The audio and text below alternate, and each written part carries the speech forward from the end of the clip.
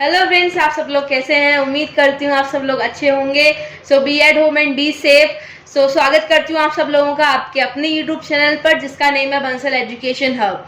Friends, अगर अभी तक आपने मेरे चैनल को सब्सक्राइब नहीं करा है तो जल्दी से ना सब्सक्राइब कर दीजिए और साथ ही साथ बेल आइकन को भी प्रेस कर दीजिएगा, ताकि मेरे आगे आने वाली वीडियोस की नोटिफिकेशंस आपको मिलती रहें।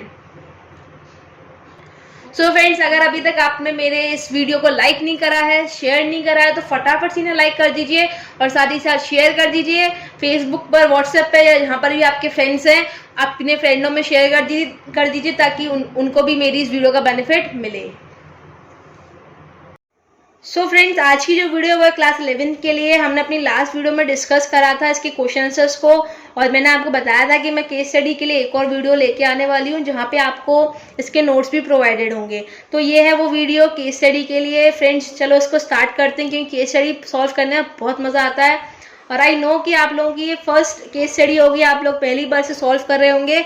तो फ्रेंड्स देखो, केस स्टडी बहुत सिंपल होती है, बहुत मजा आता है सॉल्व करने में। बस जरूरत क्या होती है कि आप उसे समझें, वो केस स्टडी आपसे क्या कहना चाह रही है, और साथ ही साथ जो आपके कॉन्सेप्ट्स हैं चैप्टर में, जितने भी कॉन्सेप्ट्स हैं वो अभी क्लियर हो। तो मैंने आपको ऑलरेडी पूरा जितने भी चैप्टर्स के कॉन्सेप्ट है वो क्लियर कर चुकी हूँ। अगर आपने मेरी वीडियोस नहीं देखी है, पूरी प्लेलिस्ट नहीं देखी है, जल्दी से जाके देखना और समझने की कोशिश करना उसमें मैंने आपको क्या समझाया, उसके बाद ही कभी आप केस स्टडी सॉल्व कर पाएंगे। ठीक है, तो फ्रेंड्स देखो स्टार्ट करते हैं। बहुत मजा आता है केस स्टडी सॉल्व करने में, हम लोग साथ साथ सॉल्व करेंगे। ओके, देखिए, आंचल ब्रॉट अ रेडीमेड ड्रेस। आंचल जो एक लड़की है वो एक रेडीमेड ड्रेस को लेके आई फॉर ₹500। कितने रुपए की लेके आई? 500 रुपए की। हर friend like the design of the dress. उसकी फ्रेंड है, उसको उस ड्रेस की डिजाइन बहुत पसंद आ गई। ठीक है, so Anchal sold the same dress for ₹600। और जो आंचल थी उसने, वो बड़ी चालाक थी, उसने क्या करा, 600 रुपए की ड्रेस बेच दी।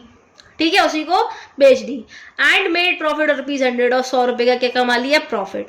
ठीक है, आफ्टर कंप्लीटिंग हर स्टडीज, उसने अपनी पढ़ाई खत्म करने के बाद Anchal opened shop for selling readymade dresses for girls. उसने एक शॉप खोली जहां पर वो रेडीमेड ड्रेसेस बेचती है गर्ल्स के लिए। ठीक है, अगर आपको क्वेश्चन समझ में आ गया है तो वेल एंड गुड, अगर नहीं आया तो वीडियो को पॉज करिए, क्वेश्चन को पढ़िए और समझने की कोशिश कीजिए कि क्वेश्चन आपसे कहना क्या चाह रहा है। ठीक है, तब तक हम लोग आगे की क्वेश्चन को डिस्कस करते हैं। देखो पहला क्वेश्चन क्या कह रहा है, can transaction between Anchal and his friend be trimmed as business.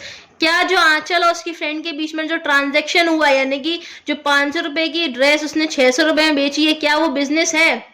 तो नहीं है। क्यों नहीं है? क्योंकि ये रेगुलर बेसिस पे नहीं हो रहा है। बिजनेस हमेशा रेगुलर बेसिस पर होता है और आंचल ने केवल एक ही बार ये ड्रेस को बेचा था, इसी वजह से ये रेगुलर बेसिस पर नहीं था, इसलिए हम इसको क्या बोलेंगे? नो, इस ट्रांजैक्शन को हम बिजनेस नहीं बोल सकते। ठीक है, state the feature related to A. जो हमने पॉइंट ए में नो बोला, उसमें हमने क्या सोच के नो बोला? देखो कौन सा फीचर आ रहा है, that business is an regular basis activity. जो बिजनेस एक्टिविटी होती है वो रेगुलर बेसिस पे की जाती है। ठीक है, तो फिर ये दो क्वेश्चन आपको क्लियर हो गए। अब देखो थर्ड वाला, can the sale of dresses on her shop be called as business. जब उसने पढ़ाई खत्म करने के बाद शॉप खोली, क्या वो बिजनेस बोल सकते हैं? बिल्कुल बोल सकते हैं भाई, उसने शॉप खोली है, वो रेगुलर बेसिस पे सामान खरीद रही है, बेच रही है, एक्सचेंज कर रही है गुड्स को, तो वो क्या है? वो तो बिजनेस हो सकता है कि नहीं हो सकता? फ्रेंड्स, आपको पहली वाली केस स्टडी समझ में आई? बहुत इजी थी। चलो दूसरी देखते हैं, दूसरी आप लोग कर पाते हैं कि नहीं कर पाते। देखो दूसरी क्या बोलता है, मिस्टर वाई, एक आदमी है इनका नाम भैया mister Y, is a CA. क्या है? सीए है। इन अ मल्टीनेशनल कंपनी, एक मल्टीनेशनल कंपनी में क्या है? सीए है। He gets ₹1 lakh per year. उसको 1 लाख रुपए पर साल मिलते हैं as a salary. On weekends, यानी कि वीकेंड्स पे क्या करता है mister Y? Goes to nearby village and teaches some childrens. वो अपने आसपास के गांव में जाता है और कुछ जो बच्चे हैं, जो लोग पढ़ नहीं पा रहे हैं या ड्यू टू फाइनेंशियल प्रॉब्लम पढ़ नहीं पा रहे हैं, उन बच्चों को पढ़ाता है। He does not charge anything from them. वो उनसे कुछ भी चार्ज नहीं लेता है। He does it out for sympathy and concern for children. वो क्यों करता है? क्योंकि उसको कहीं ना कहीं बच्चों की फिक्र है, इसलिए वो क्या कर रहा है? उनको जाके पढ़ा रहा है। ठीक है, फ्रेंड्स अगर वही मैं सेम बोलूंगी, अगर आपको केस स्टडी समझ में आ गई है तो आप आगे के क्वेश्चंस देखिए, अगर आपको नहीं आई है तो वीडियो को पॉज करें और जल्दी से ना केस स्टडी को दोबारा पढ़ें और समझें। ठीक है, देखो पहला क्वेश्चन क्या कह रहा है, working as CA refer to which type of human activity. किस टाइप ऑफ ह्यूमन एक्टिविटी की बात हो रही है, जब वो एज सीए काम कर रहा है मल्टीनेशनल कंपनी में तब। देखो फ्रेंड्स याद करो, हमने ह्यूमन एक्टिविटी को दो टाइप में डिवाइड करा था, एक था हमारा इकोनॉमिक और एक था हमारा नॉन इकोनॉमिक। इकोनॉमिक वो जहां से हम लोग यानी कि पैसे वैसे से रिलेट कर रहे हो, नॉन इकोनॉमिक वो जहां पर हमको केवल सेटिस्फेक्शन मिल रही हो। ठीक है, तो देखो ह्यूमन एक्टिविटी सीए की तरह पे काम कर रहा है, पैसे से डील कर रहा है, तो क्या है ये इकोनॉमिक एक्टिविटी है, इकोनॉमिक एक्टिविटी। ठीक है, तो पहले वाले एज सीए जब वो काम कर रहा है तो कौन सी एक्टिविटी अपनी फुलफिल कर रहा है, इकोनॉमिक एक्टिविटी।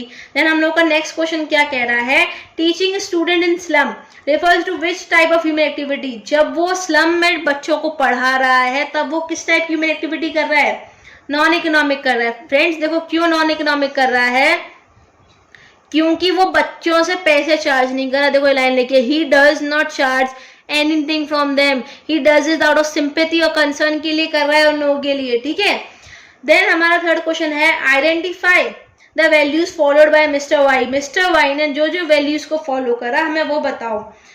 देखो सिंपल सी बात है, वैल्यू क्या, मोरल वैल्यू की बात हो रही है। मोरल वैल्यू क्या, वो पुअर चिल्ड्रन है उनको क्या कर रहा है, हेल्प कर रहा है। ठीक है, उनकी क्या कर रहा है, हेल्प कर रहा है, तभी तो उनको पढ़ा रहा है। ठीक है, और कहीं ना कहीं उसका प्यार है, जो गरीब बच्चे हैं उनके लिए प्यार है। तो वैल्यू क्या क्या हो गई, love for your poor childrens, help for poor childrens और taking care for poor childrens. तो ये आप खुद निकाल सकते हैं। देखो वैल्यू की बात करें तो आप क्वेश्चन में देखिए कि वो किस टाइप से हेल्प कर रहा है।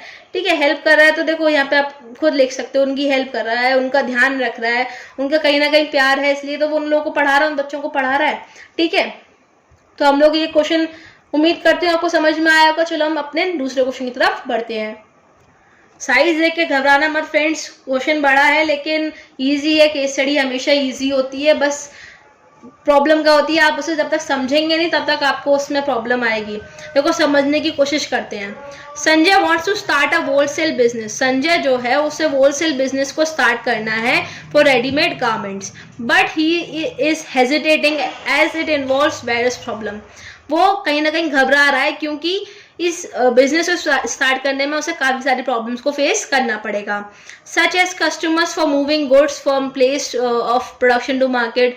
ठीक है, गुड्स को मूव करना, कस्टमर्स को देखना, देन प्रोडक्शन से मार्केट तक कैसे आएगा सामान वो देखना, informing customers about new design, नई नई डिजाइन के बारे में कस्टमर को बताना, and varieties added this new season, अलग अलग सीजन में कौन कौन सी वेराइटी ऐड हुई है वो बताना, रिस्क को फ्लेट करना है। नहीं, काफी सारी प्रॉब्लम्स उससे क्या करना पड़ रहा है, फेस करना पड़ रहा है। ठीक है, ही अप्रोचेज हिज फ्रेंड। उसने क्या करा, जब आप किसी मुसीबत में हो तो आप किसके पास जाते हो, अपने दोस्तों के पास जाते हो, उनकी सलाह लेते हो, उनके सजेशंस लेते हो। ठीक है, उसने भी वही करा, वो अपने फ्रेंड के पास गया तो उसने who explain him about some branches of commerce. उसने क्या करा, उसे कॉमर्स के बारे में एक्सप्लेन करा, विच कैन हेल्प संजय, जो संजय को हेल्प कर सकता था। देखो क्वेश्चन समझ में आ गया होगा, अगर कॉमर्स की बात हो रही तो जेन्युइन है कि कॉमर्स से रिलेटेड होगा। ठीक है, तो उसके क्वेश्चन पढ़ते हैं क्या है, state the type of business Sanjay is planning to start. वो टाइप बताओ बिजनेस का जो संजय क्या करना चाह रहा है, स्टार्ट करना चाह रहा है। देखो यहाँ लिखा है होलसेल, तो संजय कौन सा बिजनेस स्टार्ट करना चाह रहा है, होलसेल ट्रेड, जो कि क्या है, ट्रेड का एक पार्ट है। ठीक है, यानी कि संजय ट्रेड करना चाह रहा है, ट्रेड में क्या करना चाह रहा है, होलसेल ट्रेड। ठीक है, देन सेकंड क्वेश्चन कह रहा है, state which dimension of business can help Sanjay to overcome these hindrance. इन प्रॉब्लम्स को फेस करने के लिए कौन सी डायमेंशन बिजनेस की हेल्प कर सकती है। पहले से देखो क्वेश्चन में आंसर लिखा है, कॉमर्स के बारे में बताया जो उसे हेल्प कर सकती है। डायमेंशन पूछिए बिजनेस की, क्या है, कॉमर्स। कॉमर्स जो है इन हिंड्रेंसेस को ओवरकम कर सकती है कि नहीं कर सकती। देन हमारा जो थर्ड क्वेश्चन है वो क्या कह रहा है, state different types of aids to trade to help संजय, quote line each for each type of अवपेरा। यानी कि अलग अलग टाइप के एड्स टू ट्रेड बताओ और हर एड्स टू ट्रेड के लिए ऊपर से एक लाइन को निकालें, यानी कि जो आपको केस स्टडी दी गई है आपको किस लाइन से कौन सी एड के बारे में पता चल रहा है आपको वो निकालनी है। देखो इसके लिए आपको क्वेश्चन दोबारा पढ़ना पड़ेगा, नॉर्मल सी बात है। देखो यहाँ पे हमने एक लाइन पढ़ी थी, moving goods from place to of production to market. Goods को मूव करना, तो पहली हो गई मूविंग गुड्स, मूविंग गुड्स। ये हमें कौन सी एड, कौन सा वो हेल्प करेगा, देखो ट्रांसपोर्टेशन। जहां आप गुड्स को मूव कर रहे हो वहां क्या हेल्प कर रहा है आपका, ट्रांसपोर्टेशन हेल्प कर रहा है कि नहीं कर रहा, ट्रांसपोर्टेशन ओवरकम करेगा, ये एक जगह से दूसरी जगह सामान पहुंचाएगा। देन हमने पढ़ा था from production, then informing customers, customer को क्या करना है, इन्फॉर्म करना, इन्फॉर्मिंग कस्टमर्स। तो वो क्या है, यहाँ पे एडवर्टाइजमेंट हेल्प कर रहेगी। एडवर्टाइजमेंट कैसे हेल्प करेगी मैं आपको बता चुकी हूँ। एडवर्टाइजमेंट के थ्रू आप अपने कस्टमर्स को बता सकते हैं कि आपने किस टाइप के नए नए प्रोडक्ट्स को लॉन्च करा है, या आपके जो प्रोडक्ट्स है उसमें क्या क्या है, अपने प्रोडक्ट के बारे में बता सकते हैं कि नहीं बता सकते। ठीक है, इन्फॉर्मिंग कस्टमर हो गया, अबाउट न्यू डिजाइन, अलग अलग डिजाइन के बारे में, and varieties added, new season, अलग अलग उसके बारे में इन्फॉर्म भी तो कर रहे हो कस्टमर, किसके थ्रू, एडवर्टाइजमेंट के through. Then threat of risk, अब देखो जहां आया था थ्रेट ऑफ रिस्क, तो यहाँ पर क्या है, इंश्योरेंस वाले आ गए। मैंने आपको पहले ही बताया जहां रिस्क आ जाए वहां क्या आ जाता है, हमेशा इंश्योरेंस अपनी आप आ जाता है। आप लगा दो, नहीं याद आ रहा तब भी लगा दो, भाई साहब रिस्क है तो आप क्या करोगे, इंश्योरेंस। सिंपल सी बात है, आपने गाड़ी का भी इंश्योरेंस क्यों करवा रखा है, क्योंकि कभी ना कभी वो हो सकता है, आपको लगता है कि रिस्क है, ठुक सकती है, कुछ भी हो सकता है उसके साथ, तो आपने तभी तो इंश्योरेंस करा रखा है। तो जहां रिस्क आ जाए वहां इंश्योरेंस लगा दो, जहां रिस्क आपको केस स्टडी में दिखाई दे जाए वहां क्या लगा दो, एड्स टू ट्रेड में हमेशा रिस्क लगा दो, बहुत सॉरी इंश्योरेंस लगा दो। बहुत सिंपल है फ्रेंड्स, केस स्टडी सॉल्व करना बहुत सिंपल है। आप बस एक बात का ध्यान रखिए, आपको कॉन्सेप्ट क्लियर होने चाहिए। जो मैं आपको ऑलरेडी कराई रही हूँ, मैं आपको इतना हेल्प कर रही हूँ, तो आप भी मेरे को सपोर्ट करो, मेरे चैनल को सब्सक्राइब करो, साथ ही साथ मेरी वीडियोस को लाइक और शेयर करो, तो मेरे को इससे मोटिवेशन मिलेगी कि मैं आप लोगों के लिए और ऐसी वीडियो को लेके आती रहूँ। तो फ्रेंड्स आज की वीडियो के लिए इतना ही, keep supporting me, thank you.